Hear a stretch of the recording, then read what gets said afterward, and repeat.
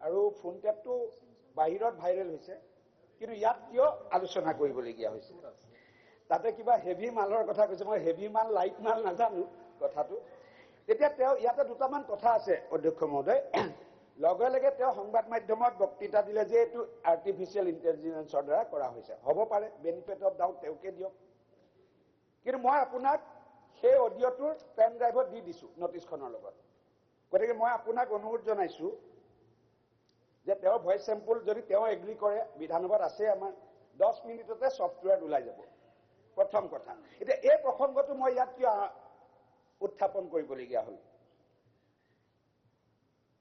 তেখেতে এই চলিত বিধানসভাতে ৰুল 50 ৰ আন্ডাৰত এটা সিন্ডিকেটৰ ওপৰত ডিসকাশন কৰিছিলে আৰু সেই ডিসকাশনটোত তেওঁ যি কিজন মানুহৰ নাম উল্লেখ কৰিছিলে সেই কিজন মানুহৰ লগতে ফোনত কিবা মাল বিচাৰিছিলে হেভি মাল গতিকে অধ্যক্ষ মহোদয় এইটো এটা অপৰাধ এই কাৰণে তেওঁ বাহিৰত চান্দা লয় মোটা মাল লয় পাতলা মাল লয় এইটো বেলেগ কথা কিন্তু এই পবিত্ৰ বিধানসভাখনক ব্লেকমেইলিংৰ আহিলা হিচাপে লৈ বাহিৰত মানুহক পইচা বিচাৰিব সেইটো কাৰণে তেওঁ ভৎসনাৰ যোগ্য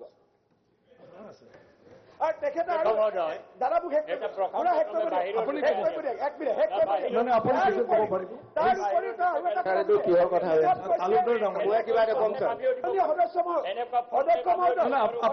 আপুনি কব পাৰিব না তেখেতৰ পিছত আপুনি কব পাৰিব না তেখেতৰ পিছত আপুনি কব পাৰিব অনাৰেবল মেম্বাৰ আপুনি আপোনাৰ ডিফেন্সত কব পাৰিব তাৰ পিছত তেখেতে বাহিৰত কেনেকৈ আমি চান্দা বিচাৰিব পাৰো আপুনি একেবাৰে চান্দা বিচাৰিব আপুনি উত্থাপন কৰিলে মনোৰঞ্জন তালুকদাৰ মানৱ দেখা চান্দা বিচাৰিবলৈ এই পবিত্ৰ বিধানসভাক আপুনি ব্লেকমেইল কৰিব নোৱাৰে আৰু চান্দা বিচাৰে কোনে আপুনি চান্দা লৈছে জানো আজি ঘোষিত কাৰ্যসূচী এইবিলাক কথা নাই দেখোন স্যাৰ কেনেকৈ আহি আছে স্যাৰ আপোনাৰ ঘোষিত কাৰ্যসূচীখন ফ্ল' কৰিব আমাক অভিযোগ দি আছে আৰু ক'ব গ'লেতো আমি ফোন টেপ বজাই দিব পাৰোঁ কিন্তু কেনেকৈ এই বিষয়টো আনিছে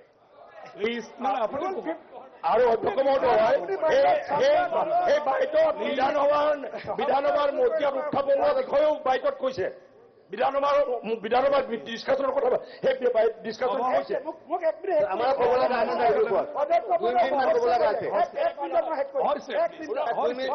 আছে তেখেতে কৈছে যে চান্দা ল'ব পাৰে কিন্তু এই পবিত্ৰ বিধানসভাখনত তেখেতে ব্যৱহাৰ কৰি কিয় চান্দা বিচাৰিব চান্দা বিচাৰি যে লোৱা নাই আপুনি এইটো বুজাইছে যে মই মাৰ্ডাৰ কৰা নাই এনেকৈ হয় নেকি গতিকে ইয়াৰ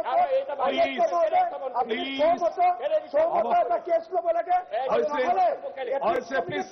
বিচাৰ হ'ব লাগে আৰু অধ্যক্ষ মহোদয় কেনেকৈ ব্যৱহাৰ হৈছে মই বিধানসভাত আপোনালোকক আমনি কৰা নাই সেইকাৰণে মোটা অংশ লাগিব বুলি বিধানসভাত ব্যৱহাৰ কৰিছে আপুনি ক'ব নিশ্চয় কম কাৰণ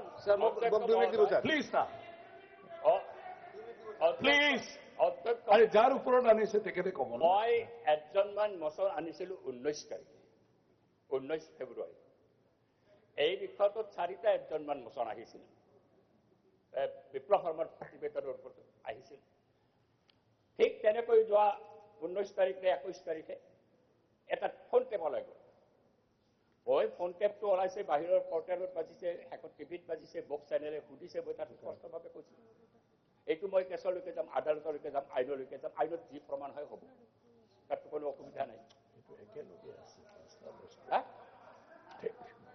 হেভি এমাউণ্টটো ঘোষণা দিছে এইটো আৰ্টিফিচিয়েল ইন্টেলিজেন্স হয় কি হয় কেনেকৈ কাট কুট কৰে কি কৰে ৰব হেভিটো কাৰ হয় হেভি এমাউণ্টটো ঘোষণা দিছে স্যাৰ এইটো মই প্লিজ ক'বলৈ দিওঁ আগতে এইটো লৈ পেলাই মই মোৰ বক্তব্য তেখেতৰ কিবা মই মোৰ বক্তব্য দিছোঁ মই স্পীকাৰকো ধৰাইছোঁ কথাটো মই নজনা নহয় আজিও মোৰ হাতত ফোনটো আছে এই ফোনটোত যদি এটা ফোন কল এই চাম চৰ্চা কৰা বুলি উলিয়াই দিব পাৰে মোৰ কোনো প্ৰকাৰৰ পৰা কথা পতাটো প্ৰমাণ কৰি দিব পাৰে আৰু টকা লোৱাটো যদি মোক প্ৰমাণ কৰি দিব পাৰে মই আজি ঘোষণা কৰিছোঁ মানৱ ডেকাই ক'ব নালাগে মই ৰাজনৈতিক জীৱন পৰিত্যাগ কৰি ওলাই যাম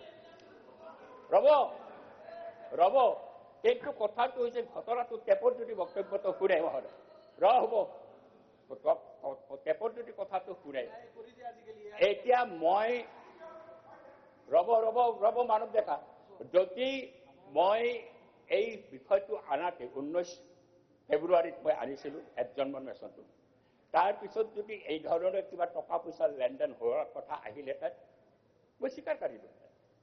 কিন্তু আহিছে কথাটো এটা পাৰ্লামেণ্টাৰী ইলেকশ্যনৰ কথা।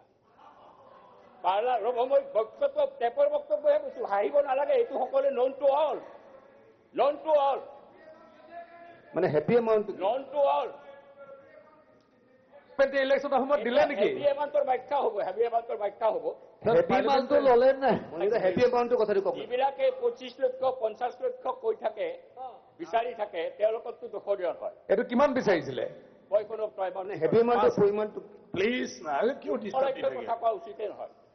হেভি এমাউণ্টটো নেতাই ক'লে নেকি? মই আৰু মুখ খুলিব প্লিজ নেতাই বিধানসভাত ক'লে নেকি? কথা হৈছে মই আদালতলৈ যাম, বিষয়টো আলোচনা হ'ব। মই যদি টকা লৈছোঁ, মই যদি কৈছোঁ, মোৰ যদি ভয় হয়, মই ব্যৱস্থা কৰিম, কোৰ্টে ব্যৱস্থা কৰিব। মাজত মানৱ ডেকাই পাতি থকাৰ কিমান এইটো আছে? মানৱ ডেকাই মাতি থকা মোৰ বাহিৰৰ এটা ফোন কলৰ টেপ আজি এছেম্বলিত আনি পেলাই মানৱ ডেকাই মাতি থকাটো কোনো মানে নাই। মই কোৰ্টত যাম, মই হাউচক এছু কৰিছোঁ, মই কোৰ্টত যাম, তাত মই চিণ্ডিকেট কোনে কৰিছে কোনে নকৰিছে আজি ৰিপ্লাই দিব মুখ্যমন্ত্ৰী ৰিপ্লাই দিয়ে, মই ৰিপ্লাইটো শুনিম। আৰু মই বিচাৰিছোঁ চিণ্ডিকেট বন্ধ হওক, কাৰণ এটা সমান্তৰাল অৰ্থনীতি অসমত চলিছে এই চিণ্ডিকেটৰ জৰিয়তে। আৰু big big big big big shot তাতে জড়িত আছে। 1000 কোটি টকা চৰকাৰৰ ভঁৰাললৈকে নাহি পেলাই ব্যক্তিৰ ভঁৰাললৈকে গৈছে, এই কথা মই তুলি ধৰিছোঁ। সেই বক্তব্য মই ৰিপিট নকৰোঁ, মোৰ বক্তব্য ৰেকৰ্ডেড আছে। মই বিচাৰিছোঁ মুখ্যমন্ত্ৰীয়ে এতিয়া হস্তক্ষেপ কৰক, আৰু হস্তক্ষেপ কৰি তেওঁৰ বক্তব্য তেওঁ দিয়ক, মই শুনো। তাৰপিছত মোৰ ক'ব লগাখিনি। অধ্যক্ষ মহোদয়, পাৰ্লিয়ামেণ্টত যোৱাবাৰ উদাহৰণ আছে, কেছ ফৰ কুৱেশ্যন কৰাৰ কাৰণে আমাৰ মহিলা MP এজনক পাৰ্লিয়ামেণ্টৰ পৰা এক্সপেল কৰা হৈছিলে।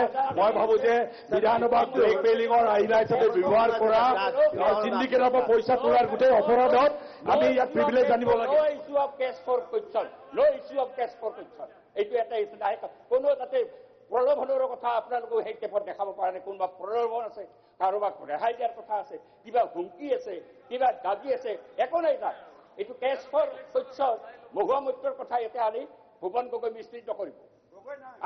ভুৱন পেগু আপুনি সেই কনভাৰ্চেশ্যনত বিধানসভাৰ অধ্যক্ষ মহোদয় মনোৰঞ্জন ডাঙৰীয়াই কৈছে মই কিয় মাজত মাতিছোঁ? মই এই সদনৰ এজন সদস্য।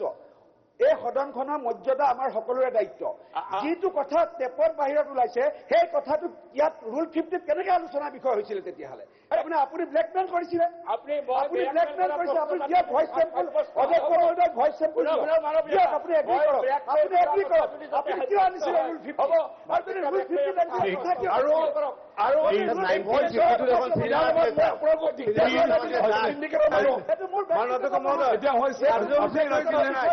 আপুনিও ৰাখিলে কাৰ্যসূচী হিচাপে যাব লাগে, কাৰ্যসূচীত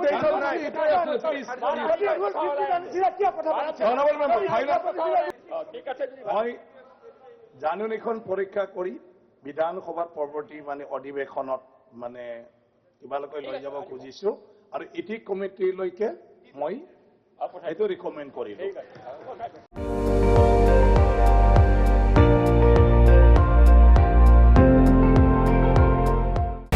আপুনি চাই আছে ND24, সৰ্বশ্ৰেষ্ঠ নহয় সৰ্বোত্তমৰ দৌৰ।